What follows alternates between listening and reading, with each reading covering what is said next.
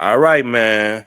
That boy Brad Holmes had his end of the season press conference. Just the moment we've been waiting for. The moment we waiting for, man. You know. So we're gonna check this out, bro.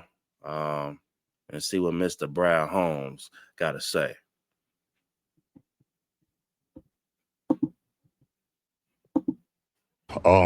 We're very thankful for that. It's just very frustrating that we weren't able to put together a more consistent product for you guys, but we will get better. But just it's so many, like our trainers, performance staff, their care of the players throughout the season.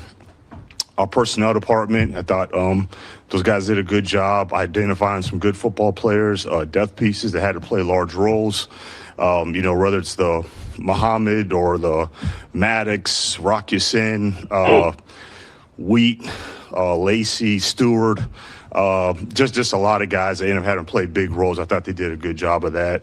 But really, just the whole org, it's really too many people to name, but it takes everybody to play a role and give full effort for a whole season. But look, bottom line is, for our standards, this was a disappointment.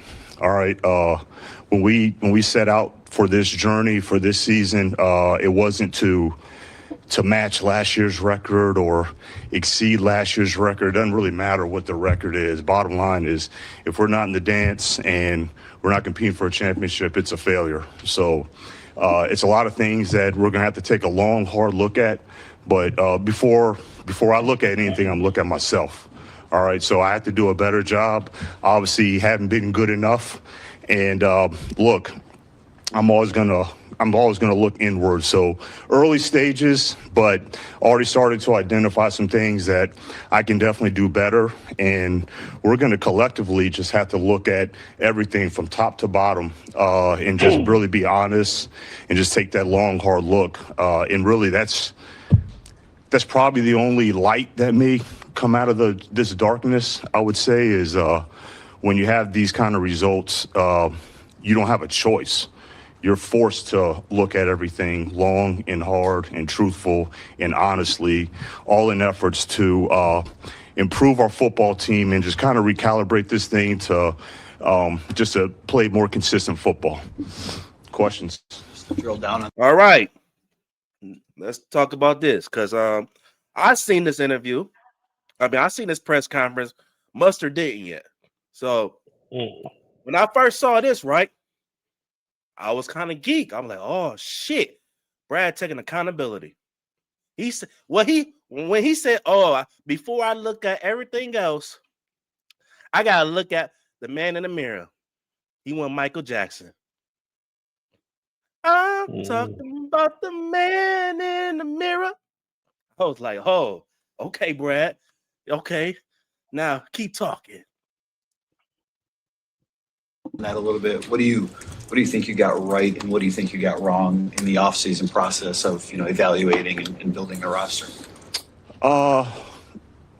In terms of get right, I do think that we brought in some good football players that were able to help. Look, obviously they weren't. Maybe just as a whole, collectively, just wasn't at a consistent level enough. Look, always hindsight, you can look back and say, well, this wasn't as a consistent level as you would like it to be. But bottom line is, we're going to be examining everything. I'm going to be examining everything with those off-season decisions and our processes. But nothing built on. That's still going to remain the same. But you always have to evolve, man. You have to evolve, and when you don't get the desired results, you got to just look at everything. Brad, when you do look at yourself, Yep. At this point in time, the organization has regressed. Didn't get to the postseason this year. Yep. When you look at changes you could make, does that involve potentially more aggressive decision making in free agency and the trade deadline? That's hard to say without being faced with the dynamics of who the players are. It's a lot that goes into those decisions. I guess what I'd say about that is, we work very hard in terms of, well, I guess I'll back up. I understand if you don't see a certain amount of, let's call it transactional activity. And I'm gonna say that's that bullshit. Transactional activities. Like, But he talking about trades, pickups, free agency grabs. Like, he talking about the stuff that we want. And the crazy thing is, like, I'm not agreeing with him because I'm like, I hear what he's saying. Like, we had those guys that fill up the debt, but we got cap space. We got money. yes. We top 10 in the league with some free agency space. We don't have a lot of people eating up, like, you know what I'm saying, our cap room. So we could make a play for a guy, not the guys, but for a guy. Oh, Like, guy. we could do something. We could do something. And that's where I get irritated at because you're relying too much on your draft pick. Mm-hmm. And then now it's like, bro, hey, the guys are out there. The fact that he didn't bring back Zadarius for whatever small amount that he wanted compared to some of these other guys was laughable. Because I really think, like, that could have helped us out a lot. And that wouldn't have been a big hit on our cap. And that's a locker room guy. That's a locker room. He a morale dude. Like, I don't think it has too much correlation, but when he retired, you could see a difference in Philly. Mainly it was their offense that was messing up, but still, you start seeing like something there wasn't clicking for them all the way. Even though they got to the playoffs, they limped into the playoffs. They limped in. They took loss after loss to teams that they should have beat. So I'm like, it's a need for guys like that. The fact that we don't have guys like that because of whatever reason, it's ridiculous. We're building a championship franchise. You put in the piece, it works. You keep the piece. Yeah. And because and then simple. pick it back what you're saying, like when he said, oh, you know, it's kind of hard to really answer a question when it comes to the guys that we want to bring in without the right evaluation. Okay, did you evaluate Marcus Davenport? Mm-hmm. Did you evaluate him again when you decided to re-sign him? Because That's anybody crazy. that knows football, I don't know. Look, bro, I'm not even saying that I'm smarter than this man. Like, we just some regular niggas, bro. But at the same time, I just feel like certain things just common sense. If you actually evaluate Marcus Davenport, when you first signed him, you seen that he was a liability when it comes to injuries. You know, impact-wise, it hasn't been consistent. It's been a very, I won't even say inconsistent career. It just below average career. You know, back to Darius Smith. You talking about evaluating? Well, did you realize that when Aiden went down, Aiden was leading the team in sacks about 3-4 weeks. It took Zadarius at the end of the season to get his last sack at the end of the season to lead the team in sacks, and he got here mid-season at 34. Yeah. Come on, man. Like, it was a good piece of fit. It worked. It's like that's the little shit right there. Okay. All right, but let's let them finish though. That's all you don't see. You don't see the result. You don't see another player added. You don't see the trade. You don't see the big splash signing. But our work ethic has always been high, and a lot of times, really all the time, is you have to put so much work into making sure that you don't make a mistake. Really, the easier thing to do is to see a name of interest that you've heard of, you think's been a good football player, and then you just make the call, make the move. And then you just didn't really put in all the time and efforts to find out, well, why this player is even available, or why is this player not being signed back? So it's a lot of work that goes through. So that's not going to change. But I don't want to sit here and say that just more activity is going to be the answer. Honestly, a lot of the things that we'll look at and a lot of the changes and tweaks. Okay.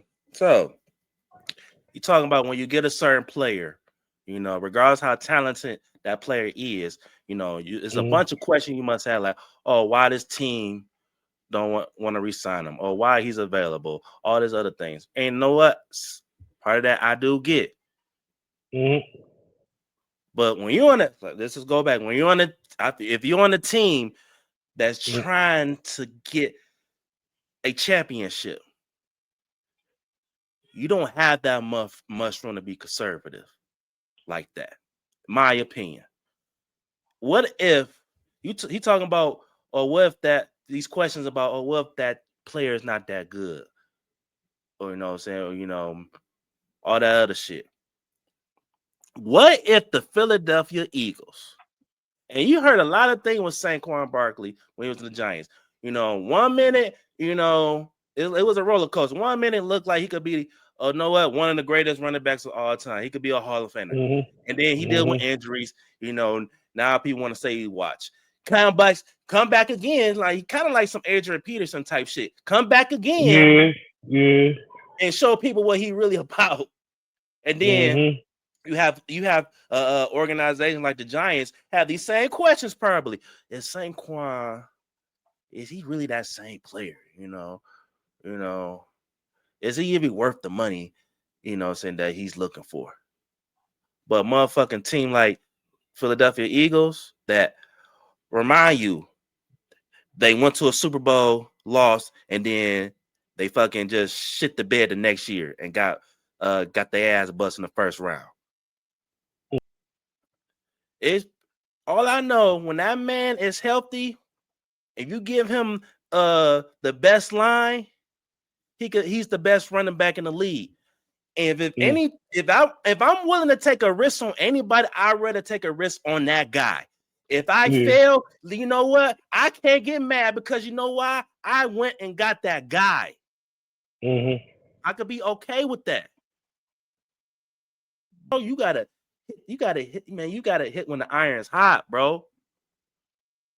Because now you be conservative, keep being conservative. And look at us now. We not in the playoffs. Now instead of being one player away, shit, man, we got a couple holes to fill. So whatever that one player away, right now, it's really out the window now. You know, shit, we need an offensive line, we need a pass rush, but goddamn, we need some safeties. Like we been need a quarterback. Cornerbacks. Yeah. We need an offensive We coordinator. need another linebacker. We about to lose one. We need another guy. We about to lose a linebacker. You know, we got to worry about paying Gibbs, which he's going to be the highest paid running back. We need an offensive but you know what's funny though? Highest paid running back ain't really shit for real. Like, it is, but it ain't. No, them niggas getting fucked up. I mean, it boils down. I just feel like how much you just willing to pay. Yeah, which is hilarious. How much higher? How much you willing to break that bank? Because you know, when you say highest paid, like how much high? What's that? How much is how much? Paid? 1 more million. Yeah, 1 more million. You know what I'm saying? So or around that shit. Don't forget how Hutch got. You know, we thought Hutch was gonna break the bank, and he got less than your boy. Yeah, from a couple million. Yeah. So I'm like, it be ballpark now.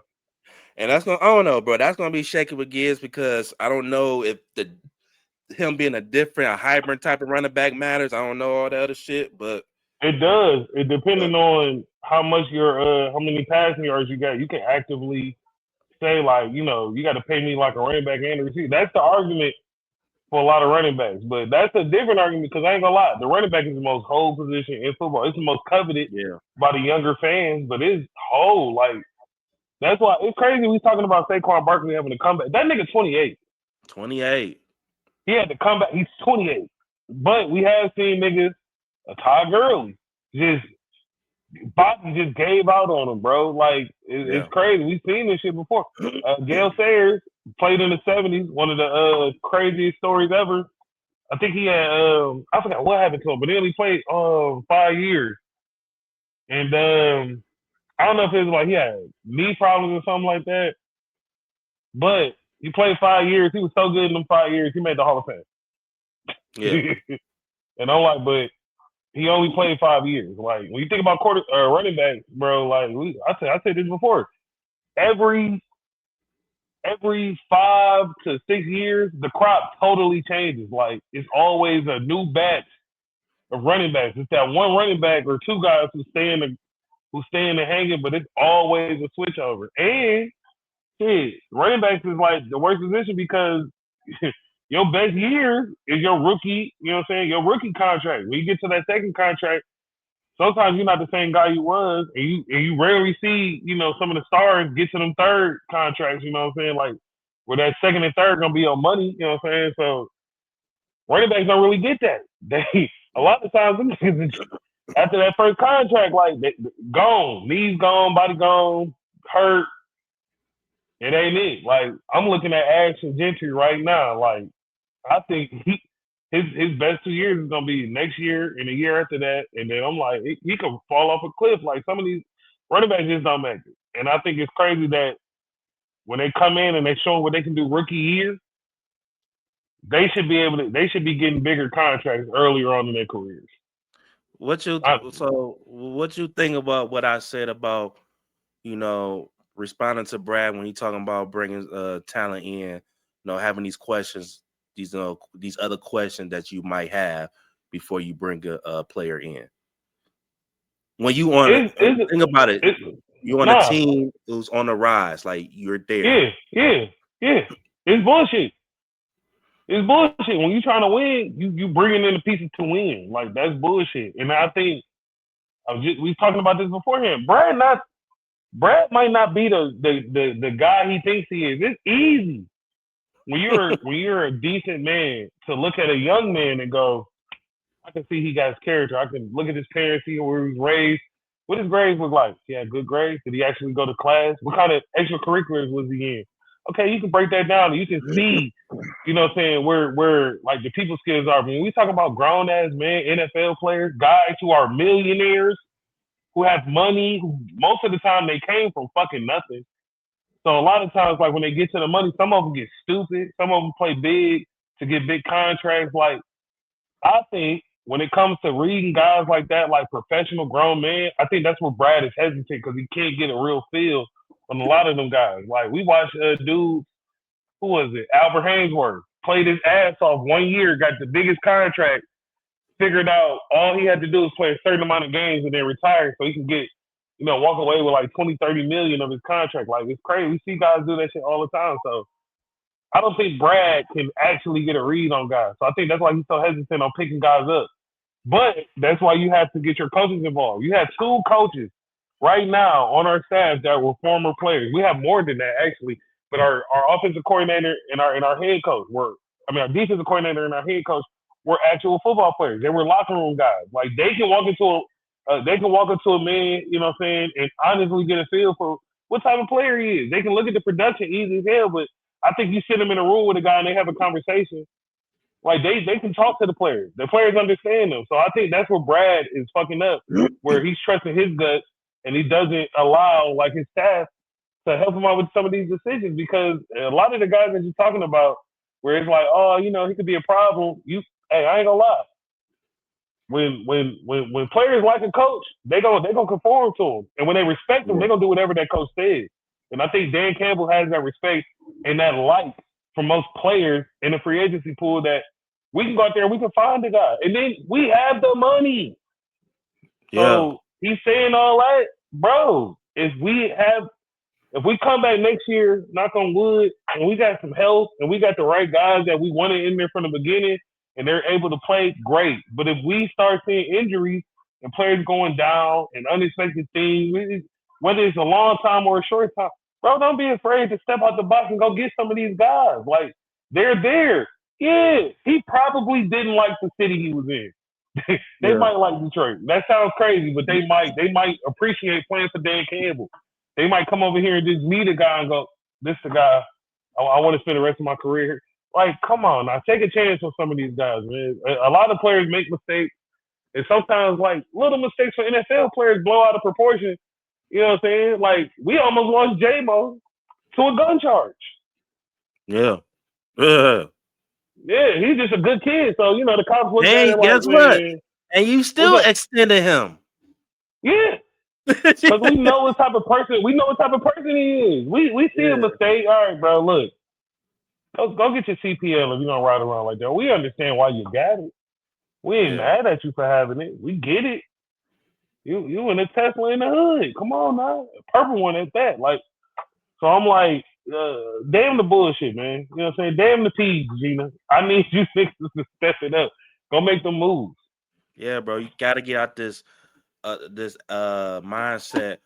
And like, look, bro, I understand how important it is, you know, saying to make sure you build that culture. And once you have that culture, you want to make sure that culture of your organization is right. But if you build a strong organization and you build a strong culture, like me personally, it shouldn't even matter who you bring in, because if you got a strong system like that, whoever come in, they're gonna understand what they're coming in to, and they know the standards regardless. It's like there's no if buts about it. This is why Patriots, right? Let me tell you something. When you hear the Patriots way, let's keep it real. You ain't never heard the owner or GM talking about, well, you know, it's a privilege to play for the Patriots. It's the Patriots way, and that's it. No, let's keep it. The media, fans, and guess what? The players that used to play for the Patriots say that. You know, Chad Ocho Cinco, he said it when he got to the Patriots. They let him know, hey, you're talented. That's why we bring you in. It was a reason why they brought in Chad. But Chad knew. He said this before. Oh, when you come in the building, you could just feel it in the air. They ain't with the bullshit. Like, it's point blank, period. This is what they built. You know, we here to win championships. Don't get beside yourself, bro. Like, yeah, it's a privilege to us. It might think it's a privilege, but nigga, the outside world, nigga, they might still look at niggas to still the Detroit Lions. I don't care how good y'all is. Like, it's just being real. You know what I'm That's saying? how a lot of people do look at it. And I ain't even mad at them for that, because you got to show and prove. Niggas was laughing to go to state. Niggas was laughing to go to state. And I ain't comparing us to go to state, but I'm just saying, before you show, we laughing at you. I remember it was a girl we went to college with. Her name was Kiera. She's the biggest Steph Curry fan in the world. She said that he was going to go off and win all these. We laughed at her. Yeah. We laughed at her. I said, Golden State never did. I said, the Clippers got a better chance of winning than Golden State. Girl, stop playing with me. 2 years later, they got a ring. Yeah. Stop playing, man. You never know. Bro. So, but you got to prove, though. You got to prove, because now we ain't laughing no more. Now if I say, hey, Golden State got another chance of winning this year, you got to take it serious. I don't care what they're doing right now. They could. So I'm like, nah, but I ain't mad at the criticism. It is the same old lines until we do something. I said, at least I got a tattoo of the lines on my chest. I'm not getting it fixed until we go to the Super Bowl. Right. Not getting it fixed. Oh, I want to get some color to it, fix it up a little bit, spruce it up, put a background on it. Nope. Make the Super Bowl. I ain't even want y'all to win it. Just get there. We ain't never played in the Super Bowl. So you ain't even going to respect us until we start moving around places. Because if I tell you, oh, yeah, I think the 49ers got a good chance, you can believe that. Yeah. You can believe that. You could believe that. We could believe that. So we got to, so all that y'all building been away, there. I get it. They have. So I'm like, you got to get there to be there, to be a part of it. So we've never been. And I found out, so the first ever head coach of the year was given to the Detroit Lions coach in 1957 or 1965, right?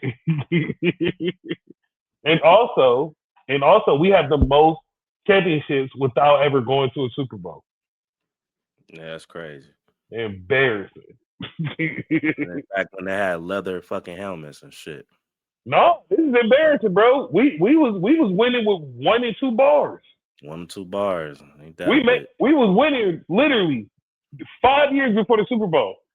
Matter of fact, the first Super Bowl, we were talking about all the Lions were going to have a legendary season this year. They thought we were in the running to actually to win the Super Bowl. And then we were bad that year. They traded They traded in my dog Lane. The curse started. All right, man. Let's get back to it. An adjustment that we will make probably won't come with a headline.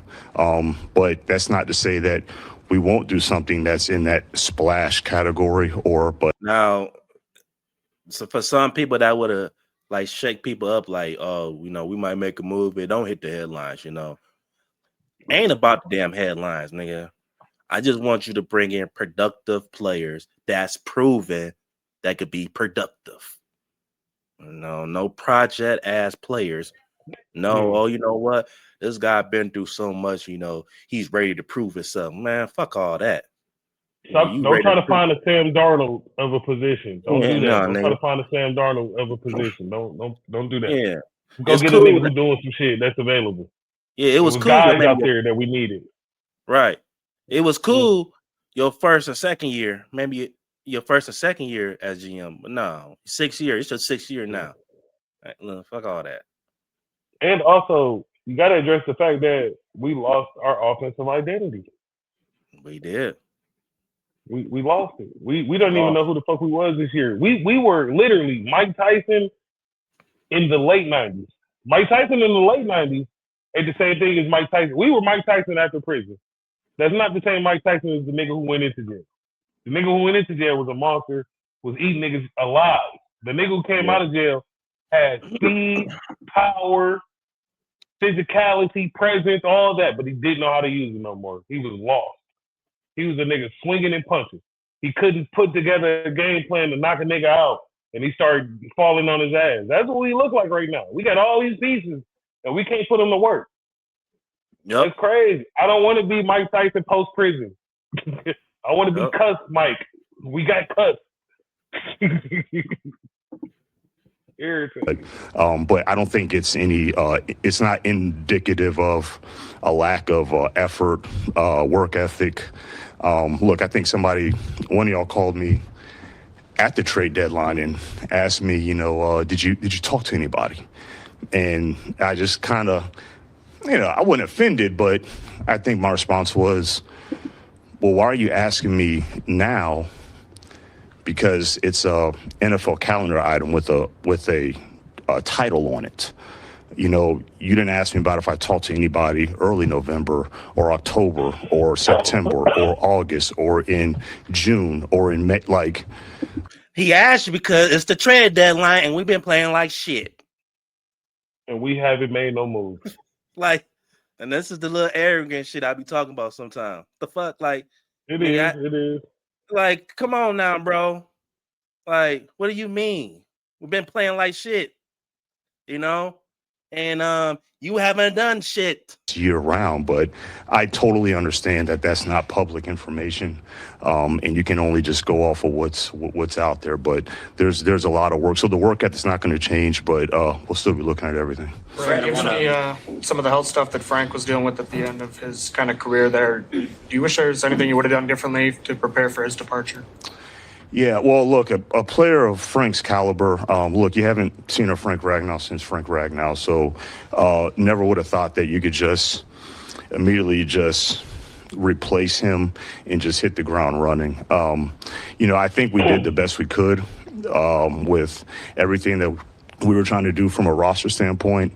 But look, the offensive line in general as a whole, it hasn't been ignored in terms of like, I know we've, you know, drafted in 21 and then 22 we didn't, but 23 we went late, you know, 20, but you'd be surprised about the moves that we tried to do that we could not get done, that involved offensive linemen, whether that be draft or free agency.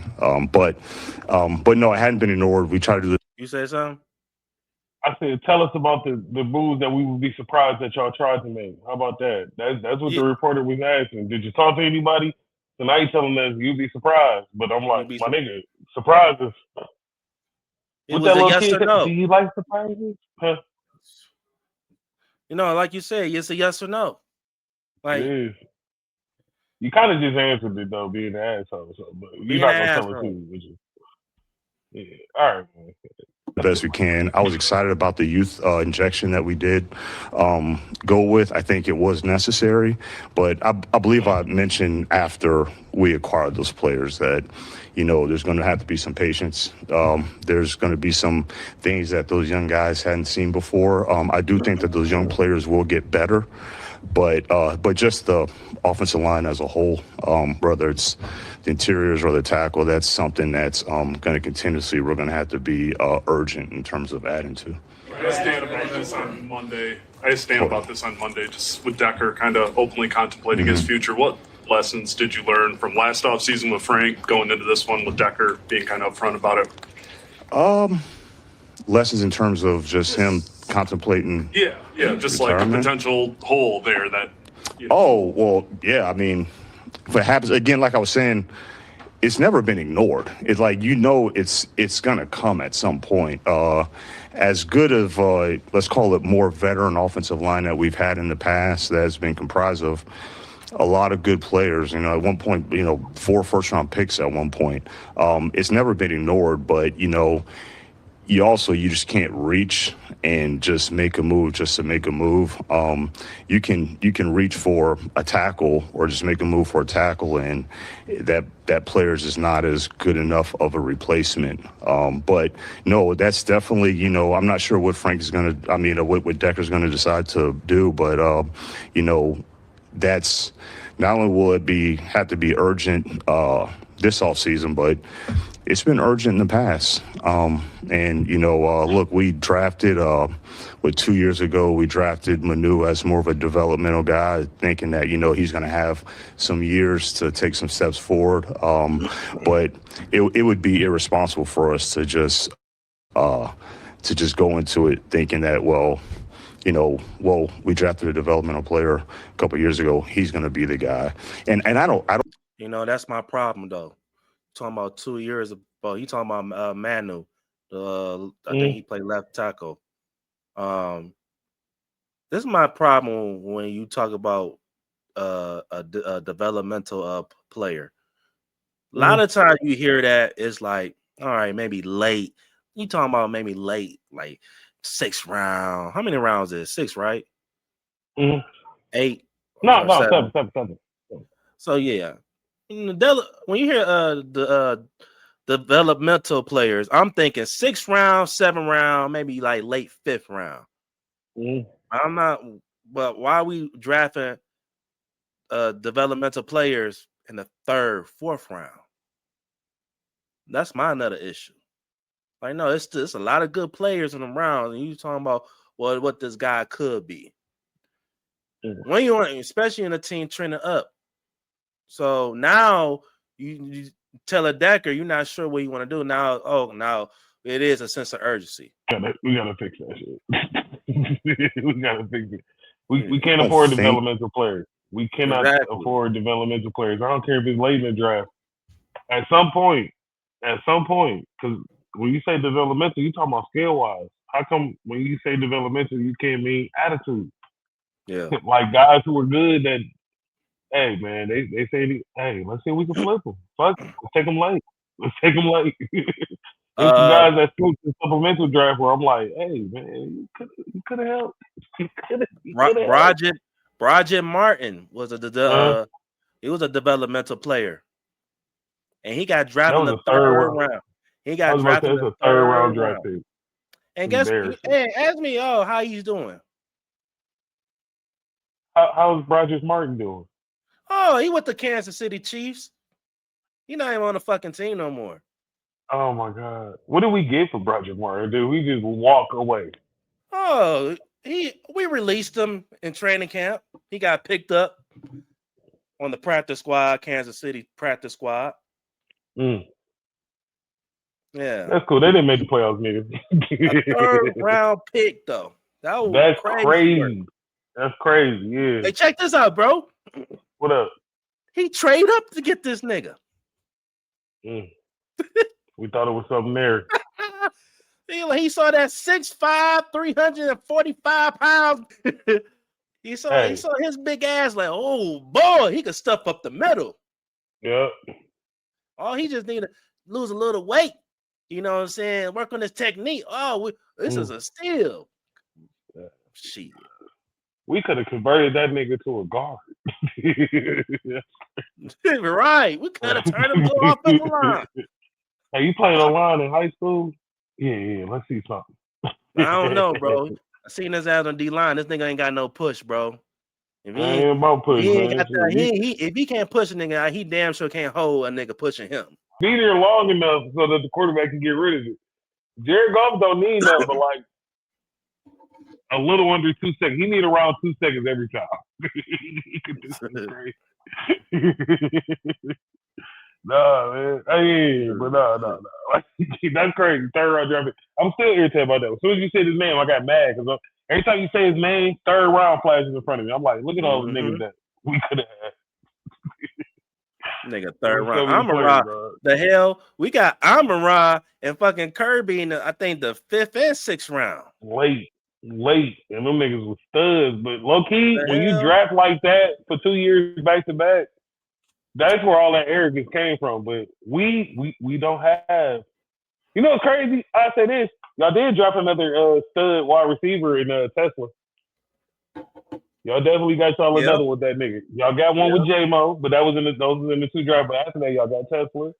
I'll give y'all that. You know what I'm saying? Because he was working big. And I ain't gonna lie, on some crazy stuff, this is also irritated with the play callers. All them catches all them plays that we was missing from guys like Laporta and Brock Wright, on some real shit, bro, I would have been flying Tesla ass to the tight end spot, bro. Like, hey. Let's see if you can survive, bro. Let's see if you can survive. You tall enough for it. Let's see if you can survive. We could drop his ass on tight end. And I know Tesla would have been all for staying on the field. Imagine Tesla tall ass. Now, hopefully he could, you know what I'm saying, survive some of them hits. But imagine his tall, lanky ass matched up with a linebacker, bro. Imagine the type of possibilities. And you talking about a possession guy. But that goes back to building an identity. Like we don't have that. We don't have the simple innovations. Like I know you got to go through channels to get shit approved, but there's certain moves where we should have been making them. Because I ain't gonna lie, our run game suffered a lot this year, but losing our check down guys really killed us. And there was guys out there available that y'all could have moved around for that. But nah, we just gotta get better, man. We can talk about the draft all day, but it's like I said, at this point, Brad Holmes is 2 for 4. Yep.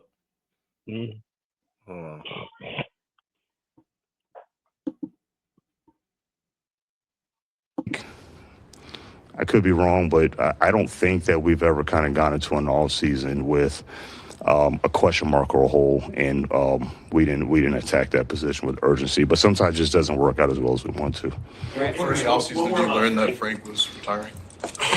Oh, I heard 2 Franks, so go ahead. I'm just wondering, at what point in the offseason did you learn that Frank was retiring? It was after the draft. That was when he officially told us that, you know, like I'm not going to do it. I can't remember. It may have been some point. And I'm gonna keep it real. I'm not too sure how accurate that shit is though, because he said the people he said, well, he officially told us that he was retired. What the fuck that mean? So you had an idea. Yeah. Maybe I'm overthinking this shit, but no, because you're not saying exactly when. After the draft was in April. That's May. You did. That's June, July. Like we have months to reconcile this decision, and then you have time to see like moving towards the future. Because I think they did stay in contact with him. You know, I think the retirement was more so to help us out cap wise, so we could go out there and do something. So he's not eating up, you know, space on the cap. You know what I'm saying? So. No, these are the specifics that we want to hear about. Because now, I think when you hear them, it puts them on the hot seat even further because it's like, why did you not make a move with some of the – we had $20 million cap space by the end of the year, or this year. We had $20 million available. Why did you not go try to make a move? Who did you try – and then this goes back to who the fuck would we be surprised that you tried to talk to? That's what I want to know. Who did you reach out to? Okay. Because I had to look this up. He said after the draft, so I had to look it up. So they said Frank Ragnow initially retired for the NFL June 2nd, 2025. Okay, we got 2 months to the season. We're in training camp. We're in OT. But OTA's been started. But that's okay. But that's that's where he the NFL announced it. Mm-hmm. That's when the NFL said that he retired. Now, like you said, he officially. This is why it's important. We need to know. Okay, after the draft, he officially told y'all after the draft. When after the draft, you know. Mm. You know, it's been times you ask like the locker room interviews with the players, a lot of them say, well, we kind of knew like what 2 weeks about a couple weeks before he announced it or whatever. But I don't know, man. I ain't trying to, and like I said, I don't want to sound like I'm on him hard, like, oh, you should have took care of it, because you think about it. If you're only, that's really not enough time to try to fix shit, trying to find somebody. You know, you can, if especially if you that guy, right? You know, Brad Cook, you can make any deal happen, shit, right? But I give him a little benefit of doubt when it comes to that, because I mean, hell, if he came out June 2nd or whatever he told him, and he was after the draft, let's just say it was. Because the draft is 3 days, so I don't know. Was it after the first day of the draft? Like, so let's just say it was after the 3 days, right? And that's like in May. Free agency, I think, is before, if I'm not mistaken, before the draft. So you probably don't have that much option in free agency. Only thing you probably looking at is, maybe make a trade, or or see somebody that you could put on the practice squad. So, whatever.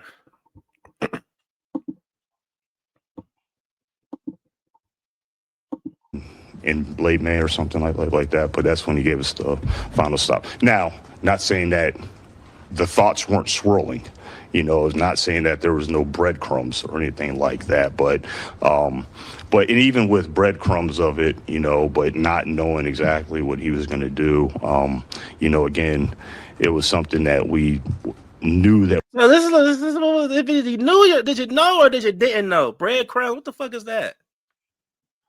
The nigga was hurt.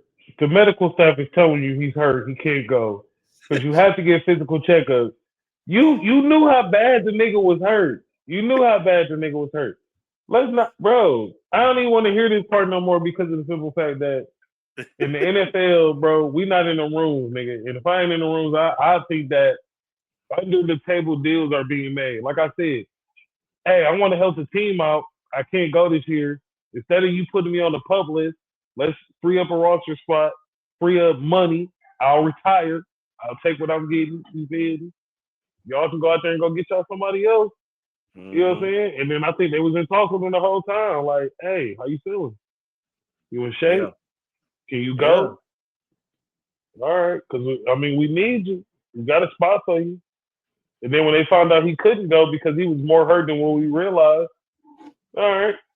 I think there's a possibility he could come back next year. Like they said, he had a grade 3, you know what I'm saying, hamstring tear. So I'm like, that meat coming off the bone, bro. That's tenderism right now. You know what I'm saying? We gotta put that thing back on ice. We gotta put that thing back on ice. We needed to prepare for, because we didn't know which way it was going to tip. Brad, have you guys maintained contact with Frank since the field physical, and is there any chance that he gets healthy and attempts another comeback for next season? No, after that whole thing, we just kind of went our separate ways. I'm sure a lot of the guys still, keep contact with him, but no, just nothing in concrete about, seeing if he wants to give it a go again. Brad, as we've been in every process with you and Dan Campbell. Obviously, one of the first moves you guys made was parting ways with John Ward. I guess just like, are you guys operating at a timeline, or just how's that? Why did you guys feel like the timing was to do that? right away, and is it in the timeline you guys looking at maybe trying to? Can you repeat that one more time? With John Ward and parting ways with him. I know how collaborative you and Dan have been in a lot of decisions, just as far as this decision, like just how important is it to get the right person in and just that decision to make that move, right after the season and let him go as well. Any insight on that at all? Yeah, no, look, there's in this business, in these chairs, you have to make some really tough decisions. And Johnny did a lot of good things with us this time around, the first time around for us. So appreciate all of his efforts and everything that he put into it. But look, you just have to. There's a time where you just have to just make a decision, especially when candidates, are becoming available. You have to just make the tough decision to move forward and move on. So we didn't have like a predetermined date in mind or anything like that. It's just, just kind of after some discussions, just felt that, it's time to just move on and start fresh. In other words, we knew his ass was out of here. We just didn't know when. And honestly, shit, we was nice to just keep him all year. We really want to fire that nigga mid-season. But hold on. I think you about to mention about the OC job. Hold on. Organization looking for in his replacement? Like, what are the priorities for that replacement? What are you looking for? I mean, it's a lot, but I mean, there has to be leadership. There has to be detail oriented. It's got to be command of the room. You just have to be able to know that there's somebody that's going to be able to dot every I, cross every T, and make sure that nothing is compromised from a detail standpoint, from a standard standpoint, from the start of the game planning period all the way till the end of the week. And so we're just looking for that type of person, whether the person has previous experience calling plays or not. I've been around previous coaches that have not done it and did it, and had a lot of success with it. So I do think a lot of it is just you just got to just get in front of them, hear them out, spend some time with them, and kind of hear their ideas, hear their philosophy, do a lot of vetting, as much vetting as you can, and just make the decision. But I think when you go through the process of getting in front of them, when you know. Look outside the organization. Yeah, absolutely. We're looking at everything. So look, I ain't mad at that part. Everything he said, what you look for from an offensive coordinator, is everything he pretty much said. Let me just pause this for a minute. Let's talk about offensive coordinators real quick. So far, the Lions have interviewed or plan on interviewing David Blau and Mike McDaniels. They reported that today that the Lions have reached out to Mike McDaniels. To me, we talked about it before. That was a guy I was saying that could be a good fit if Miami decided to fire him. I know he happy as hell, by the way, to get the fuck up out of there. But I like Mike McDaniels because, look, when you talk about good offensive mind, when we talk about Ben Johnson, Mike McDaniels in that same conversation, going back with the 49ers. I mean, shit, he took the 49ers to the Super Bowl with Jimmy Garoppolo. I think, but his creativity, though, the 49er offense was damn near unstoppable, bro. You know what I'm saying? They had a dog-ass offense line with, I don't know, they had Christian McCaffrey at that time. But anyways, bro, he showed creativity, bro. He's a young guy, bro. Like, he's a good offensive mind. And I feel like that'll fit perfect for Goff because you think about the quarterbacks that played in his system. He's big on making sure the quarterback get the ball out of their hands quick as possible. Shit, with Miami, bro, I know we can say a lot about Tua right now, you know what I'm saying? But shit, when he first got there, man, he made Tua look good, bro. It was the conversations at that time, like Tua could be probably one of the best quarterbacks to play the game. That's how good he was. And you add Tyreek Hill to that offense, I mean, they was unstoppable. In the regular season, you couldn't stop that offense. Now, I mean, I really think Tua concussions really just really turned down his confidence a lot. You know what I'm saying? But I think it'd be a good fit with our offense. If all we need to do is just make sure that O line is right. You know what I'm saying? If that O line is right, I feel like he could cook, bro. I feel like he could cook. Yeah. You know, now the question is, you know, now the cons with that, right? If he do too good, now you talking about another motherfucker might leave because he's gonna get a head coach position. I mean, but that's the way of the game. That's why it's important to develop your, your lesser coaches, so you can move them up into positions like that, like how we did with Shet. Like they got run game coordinators, pass game coordinators, blitz coordinators. They have all these other different type of coaches who can somehow step their way up. And it's important to keep shit in the house because I hate using basketball analogies, but you might find the Eric Spoelstra. Yeah. You might find a nigga that, where the fuck have you been, nigga? What? You been doing what? Reviewing tape? Nigga, get this nigga front office job. This is ridiculous. Yeah. It's all about whoever you bring in, bro. First off, and then this is what I would say about Dan. Like, I feel like this is gonna be one of his most crucial hires so far, right? Because you know how much we love Dan, but if you don't get this right the second time, unfortunately his ass could be in the hot seat if you don't get this right this time around. So I feel like with any pick that he get, it must be the right pick. So you might have, like Dan said, you got to make sure where you bring in, they can understand what you want. And I feel like a guy like Mike McDaniels could give Dan that. Even David Blau. Because, he might not be the ideal pick, whatever, you do is, this time around, you want somebody more experienced because, the window's getting thinner and thinner, but, a lot of people didn't believe in Ben Johnson. And what's crazy, Ben Johnson came from the Pat Patricia era. You know what I'm saying? That's how long he been on the staff, But Dan see something out of him, But that's what I'm saying. Dan had to mold him organically. Dan had to really mold him, you know what I'm saying, what type of coordinator that he wanted Ben to be. Ben had to understand what he wanted. And once Ben understood that, bro, he was cooking, bro. So I feel like with David Blau, look, he was a backup for us, in that Matt Patricia era.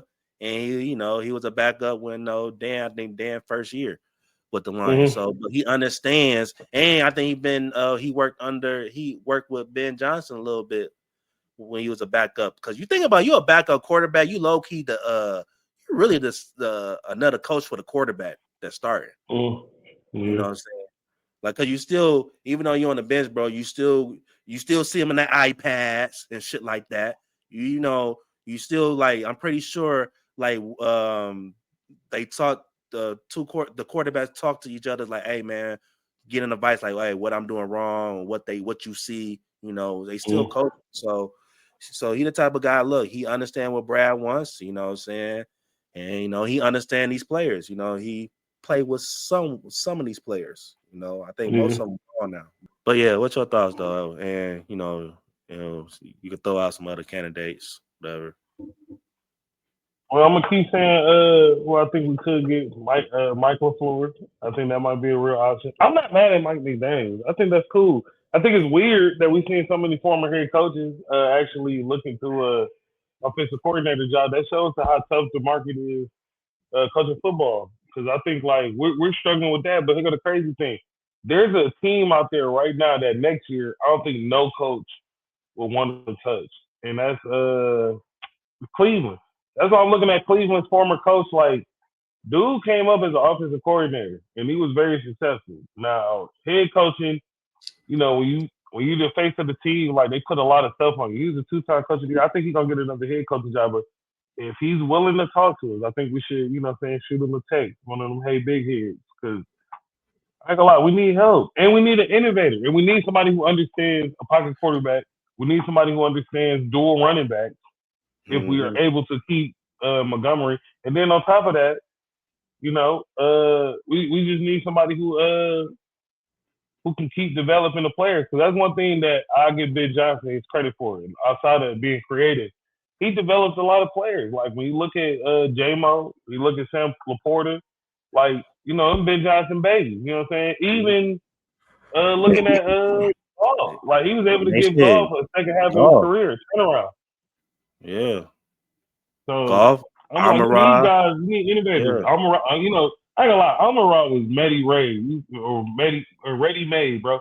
He just had water. He just had water. Like you ain't gotta do too much. He'll play good on any That's team more, because He he'll got play that. good on any team because He he's different. just a dog. He's just a He a beast. Like that's just one of the motherfuckers where it's just like plug him in, coach. We need him. Mm-hmm. Where you gonna put him at? Put him at tackle. I don't give a fuck. Put the nigga on the field, man. Put him on the field. He a football player. Like Amon-Ra different. He just had water. He one of them. He ready. Put him out there. even off of one leg, he still balled out. Like, you know what I'm saying? Numbers is ridiculous. So like we just need innovators. We need innovators. We need somebody who understands what we got and willing to like spread the ball out, because we went from a team where you don't know who's gonna score in a good way. You don't know who's gonna score. You know a few motherfuckers gonna score. You don't know who's gonna score. To this year, it's like, well, who can we lean on? Right. We were overly lenient on our guys, so it's like we couldn't even get the other guys to come out there. J-Mo had a great year, you know what I'm saying? Like, which we knew he was going to have. Amon-Ra had a great year, but I'm looking at Amon-Ra's numbers, and no knock on Amon-Ra, but the opportunities were higher this year because we had so many injuries and guys who weren't able to make those plays. Like we literally lost Sam Laporta. We had Brock Wright in there. We were still winning games because Brock Wright is a dog and he's ready. As soon as we lost Brock Wright, we lost our short-handed pass yard on one side of the field, because that's where Amon-Ra and a guy like our tight ends come in. So I'm like, we literally started losing pieces bit by bit, so we didn't have no resemblance to the offense. We went from one of the top scoring offenses to I think the last 3 games, I don't even think we scored 50 points. Right. You feel me? All together, I don't even think we scored 50 points. It's embarrassing. So, no, we just need to find a guy that's an innovator. There's a lot of guys out there. I just want y'all to, do y'all due diligence, because I'm like, Johnny Morton, I don't know who he got in the pocket. Because he got like, somebody cheated on their wife and he was in the room and recorded something. You feel me? Like, he didn't deserve to be in there. He just, it was horrible. It was horrible. Literally, we might lose a fucking running back because of this guy. We might lose another piece of our identity. Can you imagine waking up and your eye is just different? Come on, man. Yeah. Come on, man. That's crazy. I'm gonna try to fast forward some of this shit. I know you ain't got that. Do your self-analysis, and you mentioned evolving. You guys are at a stage now. Do you think maybe you need to act not as cautiously in player acquisition and free agency, trade deadline, or whatever? Is it you at the point after a season like this that you have to be more aggressive in certain areas? Yeah, I don't know. So you're saying just define aggressive? When there's a need. Yeah. So this was another thing pissed me off. You heard the question? Urgency. Yeah. He said, so when he said, well, what you mean by aggressive? See, come on, bro. Like this, the little, like, come on, man. You just like, don't be beating around the damn, stop acting like you're a little kid, bro. You know what they mean, bro. Like, what do you mean by aggressive? Define aggressive, You know, we had little breadcrumbs here and there that, we thought that he might retire, Oh, this player, he's so talented, but but is he gonna be that same talented guy the next year? Like, come on, man. Why is he on the market? Right. Like last year, they kept asking him about the fucking pass rush. He was getting pissed off. He was like, it's 32 teams in the NFL, right? How many of them 32 teams have a elite pass rush on their team, huh? Not many, right? Oh, okay. Come on, bro. I'm like, no, some real shit, 32 of them, nigga. What are you talking about? It's the NFL. It's the NFL, man. 32 of them, nigga.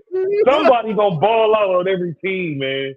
And if that nigga don't want to be there, nigga, go get that nigga, Brad. Fuck out of here, man. What you talking about, nigga? The NFL. All right, not 32 of them, but goddamn, it's gonna be a nigga every team, Brad. Somebody gonna have to get these stats, man. Somebody got to get these buckets, man. Like I will take. And once again, no, I ain't gonna go basketball with it. I'll take the best nigga off the worst team if he's available. Let's try something. Maybe there's something there, Brad. Yeah. You feel like that's crazy, bro. Push the damn button, man. Shit. Don't just necessarily plug with the same guy that was there before, or maybe more aggressive trading up in the draft, or trading, or free agent signing. When the needs that are there before the season began are still there, and believe me, that doesn't happen every year. This was the first year, quote unquote, failure. But this year, the needs didn't get fixed over the course of a year. Could you have been more proactive? Well, I don't think it was a lack of effort. In terms of being aggressive, again, like I was saying earlier, I may have been telling John that, like, there's so many things that we try to do that just can't do. Like you mentioned the draft. I think I may have said it after the draft, this past draft, that, you might see just the 1 or 2 or 3 actual draft trades they're on record, they were consummated, they were done. But the attempts and the things that we tried to do, that's not public information. So just because you're trying to be aggressive and you're trying to trade way up, that doesn't mean that team wants to trade way back, like how we've been picking in the past. We're picking a little bit higher this year. That you don't want to be in that position. But it's the same thing with the free agency standpoint, or trades. You can call about a player, but he's probably a really good player that team doesn't want to part ways with. So that doesn't mean that you're going to get him. So that's why I'm not trying to not answer your question, but I don't think that we've not tried to be aggressive, or just being aggressive just to say we're going to be aggressive. Usually when those kind of moves happen, usually there is a deficiency that's clear, and that team needs to act on that.